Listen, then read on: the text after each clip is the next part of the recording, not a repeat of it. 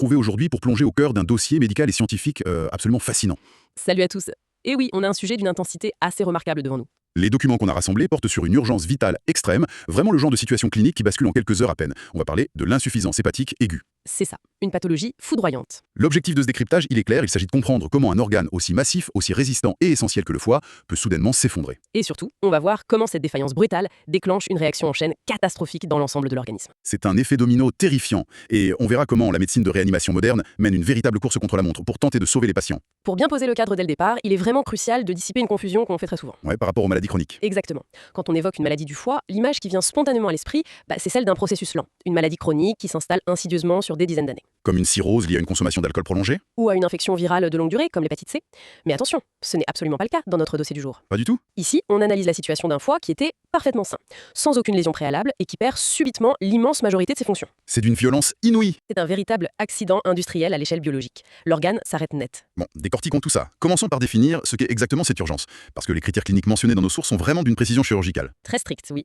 Pour que les médecins posent le diagnostic d'insuffisance hépatique aiguë, qu'on abrège souvent en IEA, il faut réunir 3 éléments. Le premier, tu viens de le souligner, c'est un foie initialement sain. C'est la base du diagnostic, oui. Le deuxième critère, c'est une chute dramatique de la coagulation sanguine.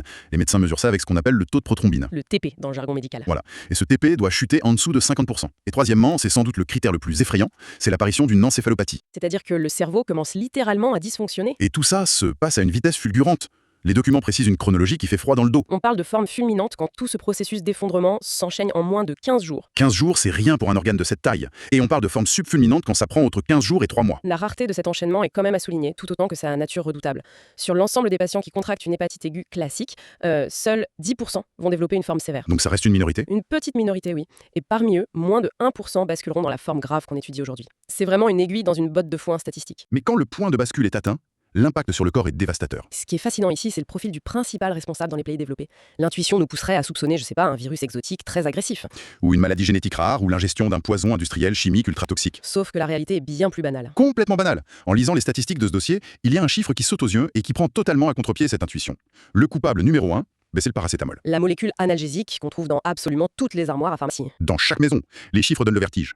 Le paracétamol est responsable de 46% des cas d'insuffisance hépatique aiguë aux États-Unis. Et le chiffre grimpe à 61% au Royaume-Uni. C'est énorme. Bien sûr, il y a les actes volontaires, les surdosages massifs pris d'un coup. Mais ce qui fait vraiment froid dans le dos à la lecture des notes, c'est l'intoxication involontaire. Le surdosage accidentel. Exactement. Un simple surdosage par cumul de médicaments en vente libre. Le scénario classique, c'est on a mal à la tête, on prend un comprimé. Puis, quelques heures plus tard, un sirop pour le rhume. Ou une boisson chaude apaisante en sachet. Et ces trucs-là contiennent, sans qu'on y prête attention, encore du paracétamol. Du coup, on accumule les doses sans s'en rendre compte. On dépasse la dose toxique fatidique des 4 grammes par jour et le piège se referme. Surtout s'il y a des facteurs aggravants en toile de fond. Comme une période de jeûne, une dénutrition ou une consommation chronique d'alcool. Voilà, des choses qui épuisent les réserves de protection naturelle du foie. La toxicité, dans ce cas-ci, s'explique par un épuisement brutal de ses mécanismes de défense. En temps normal, le foie neutralise un sous-produit toxique du paracétamol grâce à une réserve d'antioxydants. Le glutathion, c'est ça? C'est ça. Mais quand cette réserve est vide, le toxique attaque et détruit directement les cellules hépatiques. Après, si on élargit le contexte global pour regarder la géographie de cette pathologie, le tableau change complètement. Dans les pays en voie de développement, c'est pas le paracétamol qui domine. Non, ce sont les hépatites viraux, particulièrement les virus de l'hépatite A et E, qui sont endémiques et se transmettent souvent par l'eau. Les sources mentionnent aussi des causes plus rares, qui représentent moins de 10% des cas globaux. On y trouve la maladie de Wilson, qui est un trouble génétique entraînant une accumulation mortelle de cuivre dans le foie. Ou des attaques fulgurantes par le virus de l'herpès, le fameux HSV. Sans oublier les intoxications environnementales, comme l'ingestion accidentelle de l'amanite phalloïde. Ce champignon extrêmement toxique qui détruit le foie en quelques jours. C'est terrible. Absolument redoutable. Et une fois que la cause a frappé, que ce soit un virus, un champignon ou un excès de paracétamol, le foie commence à se nécroser. Ces cellules meurent massivement. Elles explosent en fait. À ce stade, on pourrait se dire de manière assez logique qu'il s'agit d'un problème localisé au niveau de l'abdomen, que le foie souffre dans son coin. Ça serait presque une bonne nouvelle si c'était le cas. Ouais, mais les documents décrivent tout autre chose. Une véritable réaction en chaîne. Comment une simple lésion locale dans le ventre peut-elle faire s'effondrer les poumons ou les reins de l'autre côté du corps? Parce que le mécanisme derrière cet effondrement est complètement systémique. Quand les cellules du foie se nécrosent, elles ne meurent pas en silence. Elles se désintègrent et relâchent leur contenu dans le sang. Et le système immunitaire réagit. Très violemment. Les macrophages, qui sont les cellules sentinelles de notre système immunitaire chargées du nettoyage, détectent ces débris. Et face à cette destruction massive, Ils paniquent littéralement, ils libèrent des quantités astronomiques de molécules d'alerte qu'on appelle des cytokines. comme le tristement célèbre TNF-alpha ou l'interleukine 6. Exactement. Il faut imaginer une alarme incendie qui resterait bloquée sur le volume maximum et qui déclencherait l'intervention de tous les pompiers du pays au même endroit. C'est une tempête inflammatoire qui inonde toute la circulation sanguine. C'est ce que la médecine appelle le syndrome de réponse inflammatoire systémique, ou CIRS. Et cette alarme incendie devenue incontrôlable, elle va avoir des répercussions colossales. Du point de vue clinique, Le dossier indique que ça ressemble à s'y méprendre à un choc septique. Les cas qu'on observe lors d'une infection généralisée grave. Même s'il n'y a aucune bactérie à l'horizon au départ. Le système cardiovasculaire s'effondre, les parois des vaisseaux sanguins sous l'effet de l'inflammation se relègent totalement. C'est ce qu'on appelle la vasoplégie. Conséquence directe, la tension artérielle chute brutalement. Les poumons, inondés par ces signaux inflammatoires, entrent en détresse respiratoire aiguë. La coagulation ne se fait plus non plus, puisque les protéines nécessaires étaient fabriquées par le foie qui est désormais en ruine. Ce qui ouvre la porte aux hémorragies spontanées. Et les reins finissent par lâcher. La chute de pression artérielle et l'inflammation sont telles que 50% des patients présentent une insuffisance rénale aiguë dès les premières heures de leur admission à l'hôpital. C'est fou. C'est exactement l'image d'un corps qui perd le contrôle de sa propre régulation hémodynamique. Chaque organe lâche l'un après l'autre parce que le réseau sanguin qui les relie est saturé de signaux de détresse et incapable de maintenir une pression suffisante. C'est là que ça devient vraiment intéressant. Et le mot est faible. Car s'il y a un organe qui semble, géographiquement et fonctionnellement, à des années-lumière du foie, c'est bien notre cerveau. Bien à l'abri dans sa boîte crânienne, ouais. Et pourtant, la connexion entre la nécrose hépatique et les dégâts neurologiques massifs est décrite dans nos sources comme le mécanisme le plus redoutable de toute cette pathologie. Pourtant vital d'un foie en bonne santé, c'est le traitement des déchets du métabolisme. Et notamment l'ammoniac, non? C'est ça. À chaque fois que la digestion des protéines a lieu, le corps produit de l'ammoniac. C'est une substance hautement toxique pour les cellules. En temps normal, le foie agit comme une station d'épuration ultra performante. Il capte cet ammoniac dans le sang et le transforme immédiatement en urée. Une molécule inoffensive qui est ensuite évacuée tranquillement par les reins dans les urines.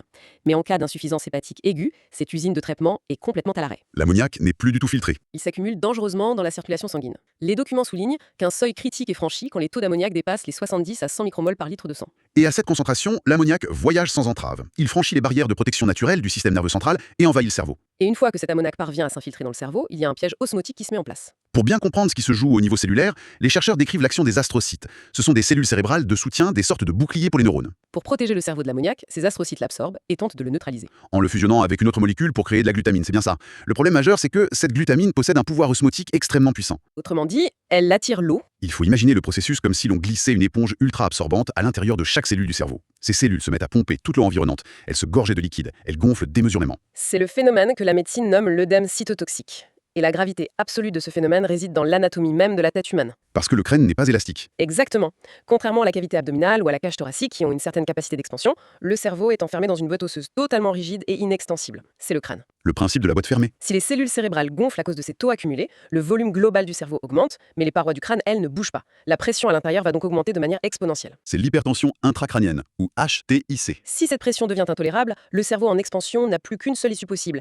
Il est inexorablement poussé vers le bas, vers le seul trou de sortie de la boîte crânienne. Le trou occipital. Là où se trouve le tronc cérébral qui contrôle la respiration et le rythme cardiaque. Cet écrasement, c'est l'engagement cérébral. C'est une complication mécanique fatale, responsable à elle seule de 20 à 25% des décès dans ce type de pathologie. L'image du cerveau gonflant comme une éponge dans une boîte d'allumettes en métal, c'est terrifiant. Et cette souffrance cérébrale interne, les médecins la voient s'installer de l'extérieur. C'est ce qui définit la fameuse encéphalopathie dont on parlait au début, le troisième critère diagnostique. Plutôt que de simplement lister des symptômes, les documents nous plongent vraiment au chevet du malade et décrivent un déclin neurologique qui peut se dérouler en seulement quelques heures. Les observations sont réparties en 4 stades. Au tout début, au stade 1, c'est presque imperceptible pour un œil non averti. On observe une simple inversion du cycle de sommeil, une agitation diurne et un signe clinique très spécifique, l'astérixis. Le fameux battement. Voilà. Si l'on demande au patient de tendre les bras et les mains, on observe un tremblement involontaire, comme des petits battements d'ailes très rapides. Puis le stade 2 s'installe, apportant une confusion mentale évidente. Le patient perd le fil, il est désorienté. Au stade 3, la situation bascule vers la stupeur. C'est un coma vigile. Le patient est là, mais il ne répond presque plus. Et enfin, le stade 4, le coma profond, parfois accompagné de postures de décérébration, des raideurs extrêmes des membres, qui signalent que le tronc cérébral commence à être écrasé par la pression. En parallèle de ce naufrage neurologique, le corps physique se transforme. Un ictère, la jaunisse quoi, colore la peau et les yeux à vue d'œil. Tandis que dans le sang, les transaminases, ces enzymes relâchées par l'explosion des cellules du foie, affichent des taux aberrants. Dépassant souvent 50 fois la normale. Si l'on relie ça à la situation globale, il est aisé de comprendre que lorsqu'un patient arrive aux urgences ou en réanimation dans cet état, l'équipe médicale fait face à une véritable bombe à retardement biologique. Il n'y a pas le temps pour l'hésitation. 0 temps. La stratégie diagnostique de première intention doit être fulgurante et ultra ciblée. Le meilleur marqueur dont disposent les médecins pour évaluer la capacité restante du foie, c'est pas le niveau d'enzymes détruites, c'est le facteur V de la coagulation. Pourquoi spécifiquement ce facteur-là? La raison est purement pragmatique. Cette protéine, qui est fabriquée uniquement par le foie, a une demi-vie très courte dans l'organisme. Ça veut dire qu'elle disparaît naturellement et très rapidement du sang. Exact. Si l'usine hépatique s'arrête d'en produire, les stocks circulants s'effondrent en quelques heures seulement. Du coup, mesurer le facteur V offre une jauge en temps quasi réel de la fonction de fabrication du foie. En parallèle, j'imagine que les équipes lancent immédiatement les recherches de cause. Dépistage systématique du paracétamol dans le sang, bilan toxicologique complet, recherche virale. Et bien sûr, une échographie Doppler pour s'assurer que les vaisseaux sanguins qui nourrissent le foie ne sont pas bouchés. Tout ce bilan ultra rapide permet d'entrer dans le cœur de la prise de décision médicale. L'objectif, c'est d'évaluer le pronostic spontané. En termes simples, est-ce que le foie a encore la force de se régénérer tout seul ou est-ce que le point de non-retour est franchi, condamnant le malade sans une greffe dans les jours voire les heures qui viennent? Les documents cliniques classent les patients dans 2 grandes catégories. 2 zones aux enjeux radicalement différents, la zone verte et la zone rouge. La zone verte désigne les situations où la chance de survie spontanée dépasse les 50%. Et aussi surprenant que cela puisse paraître, vu la gravité décrite, les intoxications en paracétamol, les infections par le virus de l'hépatite A, ou ce qu'on appelle le foie de choc lié à une baisse de tension, se classent dans cette zone. Le foie a encaissé un coup terrible, massif, mais si la médecine parvient à maintenir le reste du corps en vie, l'organe conserve une incroyable capacité de régénération cellulaire. A l'inverse, la zone rouge dresse un tableau bien plus sombre. La survie spontanée y est inférieure à 20%. On y retrouve l'hépatite B, les violentes hépatites auto-immunes où le corps s'attaque lui-même, ou les intoxications à des toxiques dits idiosyncrasiques. C'est-à-dire des réactions médicamenteuses imprévisibles et rares. Dans cette zone rouge, l'espoir d'une guérison naturelle est infime, et le recours à la greffe devient une urgence absolue. Cette évaluation initiale dicte entièrement l'attitude thérapeutique. Dans cette phase extrêmement instable, la médecine de réanimation a édicté des règles d'or. Des actions à mener impérativement et des gestes proscrits pour ne pas aveugler le diagnostic. Du côté des obligations vitales, le transfert immédiat. Dès les premiers signes cliniques de gravité, avant même d'attendre l'aggravation neurologique, le patient doit être transféré sous haute sécurité vers un centre hospitalier expert disposant d'une unité de transplantation hépatique. Et du côté des interdictions, les directives sont très strictes et parfois contre-intuitives. Par exemple, il est formellement déconseillé de donner des sédatifs. Comme les fameuses benzodiazépines. Même si le patient arrive dans un état de grande agitation, on ne sédationne pas. Le motif est purement clinique. Un patient sous calmant a l'air endormi, tout comme un patient qui sombre dans le coma à cause de l'œdème cérébral. Ah, la sédation masquerait l'évolution naturelle de l'encéphalopathie. Voilà, ça priverait les médecins de leur boussole neurologique. Une autre interdiction formelle concerne la coagulation. Bien que le patient risque des hémorragies, on ne transfuse pas de plasma pour corriger les chiffres artificiellement. Sauf s'il y a un saignement actif, évidemment. Oui, mais sinon, apporter des facteurs de coagulation de l'extérieur empêcherait de voir la chute naturelle du taux de prothrombine et du fameux facteur V. Et masquer cette chute, c'est masquer la réalité de la mort du foie. Mais une fois ces règles de prudence posées, la véritable contre-attaque médicale s'organise. Et au milieu de ce désastre biologique, une molécule sort du lot dans la littérature médicale. Elle prend presque des allures d'antidote miracle. C'est la N-acétylcystéine, couramment appelée NAC. Le mécanisme d'action de cette molécule est particulièrement élégant. La NAC agit comme un précurseur direct du glutathion. La fameuse réserve d'antioxydants dont on parlait tout à l'heure, qui aide le foie à neutraliser les toxines. La règle d'or énoncée dans les protocoles d'urgence est sans appel. Il faut commencer la perfusion intraveineuse de NAC à la toute première suspicion d'atteinte hépatique sévère. Les médecins n'attendent même pas le retour des analyses du laboratoire, confirmant le taux de paracétamol. Une dose de charge massive est administrée sur 1 heure, suivie d'une perfusion continue. Et le rôle de cette N-acétylcystéine s'avère d'autant plus fascinant que son utilité dépasse largement le cadre unique des intoxications au paracétamol. C'est ça qui est dingue. Les études cliniques citées montrent que l'administration systématisée de NAC améliore significativement la survie globale spontanée, sans besoin de greffe, en la faisant passer d'environ 30 à 52% chez les patients au stade initial de l'encéphalopathie. Et ce, même pour des insuffisances causées par des virus ou d'autres problèmes correctieux. Ce bénéfice transversal s'explique par les formidables propriétés antioxydantes de la molécule. Ça freine la tempête inflammatoire systémique et ça améliore l'oxygénation et la microcirculation dans les tissus en souffrance. Bien entendu, cet antidote universel est complété par des traitements très spécifiques si la cause est identifiée avec certitude. Des antiviraux par voie intraveineuse comme l'aciclovir s'il s'agit du virus de l'herpès. Ou des médicaments chélateurs de cuivre pour la maladie de Wilson. Et pendant que ces perfusions s'écoulent, le malade est au cœur d'une unité de soins intensifs. La lecture des protocoles de réanimation donne l'impression d'entrer dans la salle des machines d'un vaisseau spatial. C'est vraiment ça. L'équipe médicale met littéralement le corps du patient sur pilote automatique. Remplaçant chaque organe défaillant par de l'ingénierie médicale de pointe. Pour protéger le cerveau de l'écrasement, par exemple, les soignants inclinent très précisément la tête du lit à 30 degrés pour favoriser le drainage sanguin veineux. Et ils injectent des solutions de sérum salé très concentrées. L'objectif, c'est de créer un effet osmotique inverse, d'attirer l'eau hors du cerveau gonflé vers les vaisseaux sanguins. Pour les poumons inondés d'inflammation, un respirateur artificiel prend le relais avec une ventilation douce et protectrice. Pour forcer le sang à circuler dans les vaisseaux relâchés, depuis son médicament comme la noradrénaline sont administrés en continu. Et face aux reins qui ont cessé de filtrer, une machine d'hémofiltration nettoie artificiellement le sang en douceur 24 heures sur 24. Sans provoquer de variations brusques qui pourraient aggraver l'œdème cérébral. Le tout sous une couverture d'antibiotiques puissants, car sans le foie, le système immunitaire est à genoux. Toute cette architecture de soins intensifs, aussi impressionnante soit-elle, n'a qu'un seul et unique but clinique, c'est d'acheter du temps. Du temps pour le foie. Face à ce besoin vital d'épuration sanguine pour remplacer le foie détruit, la recherche médicale s'est logiquement tournée vers la création de foies artificiels, des machines d'assistance extracorporelle, un peu sur le modèle de la dialyse pour les reins. Le principe repose sur des circuits complexes où le sang du patient traverse des filtres imprégnés d'albumine censés capter et retirer les toxines accumulées, comme l'ammoniac. L'idée est brillante d'un point de vue conceptuel. On a d'ailleurs noté dans certains essais cliniques de légères améliorations temporaires de la tension ou des paramètres biologiques. Mais le verdict de la science est implacable. Tu penses à l'étude Fulmar ? Exactement. Les résultats de l'étude clinique majeure Fulmar, qui est centrale dans ce dossier, ont conclu qu'il n'y a aucune amélioration prouvée de la survie globale des patients grâce à ces dispositifs. Ces machines ne guérissent absolument pas le foie. Elles ne relancent pas la fabrication des facteurs de coagulation non plus. La communauté médicale les considère aujourd'hui uniquement comme un pont, une manœuvre de sauvetage extrême pour stabiliser un malade pendant quelques heures ou quelques jours supplémentaires. Dans l'attente du traitement de la dernière chance. Et ce traitement de la dernière chance, cet ultime recours, quand la zone rouge est confirmée et que le corps commence à lâcher malgré le pilote automatique de la réanimation, c'est la transplantation hépatique. C'est le salut. Les statistiques entourant la greffe de foie dans ce contexte d'urgence absolue représentent l'une des plus belles victoires de l'histoire de la médecine. Avant les années 1980, les chances de survie face à une forme fulminante étaient faméliques, inférieures à 20%. De ces patients en mort imminente sont en vie 1 an après l'intervention. C'est miraculeux. L'accès à ce miracle médical obéit cependant à une sélection mathématique d'une froideur nécessaire. Pour être inscrit sur la liste nationale de super-urgence et recevoir un organe en priorité absolue, les médecins s'appuient sur des critères stricts. Ceux de Clichy ou ceux du King's College? Des algorithmes intégrant l'âge du patient, la chute du facteur V, l'acidité du sang ou l'état des reins. Tout ça pour s'assurer que le greffon, d'une immense rareté, ira au malade dont le foie ne repoussera définitivement pas, mais dont le cerveau est encore sauvable. C'est exactement ce que les équipes chirurgicales redoutent et nomment le défi stratégique. La prise de décision pour la transplantation, c'est une ligne de crête vertigineuse où l'erreur de chronométrage est interdite. Le timing doit être parfait. Faut pas y aller trop tôt. Surtout pas. Inscrire un patient trop tôt et extraire le foie natif alors qu'il conservait encore un potentiel secret de régénération cellulaire, ce serait une double tragédie. Ça infligerait au malade un traitement anti-rejet très lourd pour le reste de sa vie, tout en consommant un greffon cadavérique rare qui aurait pu sauver une autre vie. Mais à l'inverse, l'inscription trop tardive est tout aussi dramatique. Si l'attente se prolonge et que la pression dans le crâne provoque des dommages irrémédiables aux neurones, le patient se réveillera avec un foie neuf et vigoureux, mais avec des lésions cérébrales irréversibles. C'est terrible. La réévaluation de cet équilibre se fait donc de manière continue, heure par heure, parfois minute par minute, au pied du lit. Et pour tenter de contourner ce dilemme effroyable du timing, la littérature médicale a mis en lumière une technique chirurgicale qui relève presque de la science-fiction. Ah oui, le greffon partiel. C'est le point d'orgue de notre documentation. La technique du greffon partiel, ou transplantation hépatique auxiliaire. L'idée est stupéfiante d'ingéniosité.